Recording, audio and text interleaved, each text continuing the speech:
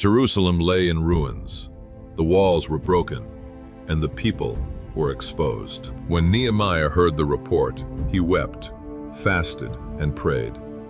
The burden was not political, it was divine. A servant stood before a king, and the King of Heaven went before him. Before rebuilding, Nehemiah walked among the ruins and counted the cost. The people heard the call, faith rose, and the work began. When the work advanced, mockery followed, but ridicule could not stop obedience. They built with one hand and held a sword with the other. Prayer and vigilance guarded the work. In 52 days, the wall stood complete, and the nations knew this work was done by God. The Torah was opened, the people understood, and hearts were pierced by truth.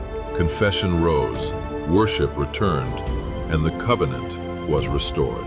The walls were rebuilt, the people were reformed, and Jerusalem stood again, set apart for Adonai. Like, comment, and share if you believe. Subscribe for more content.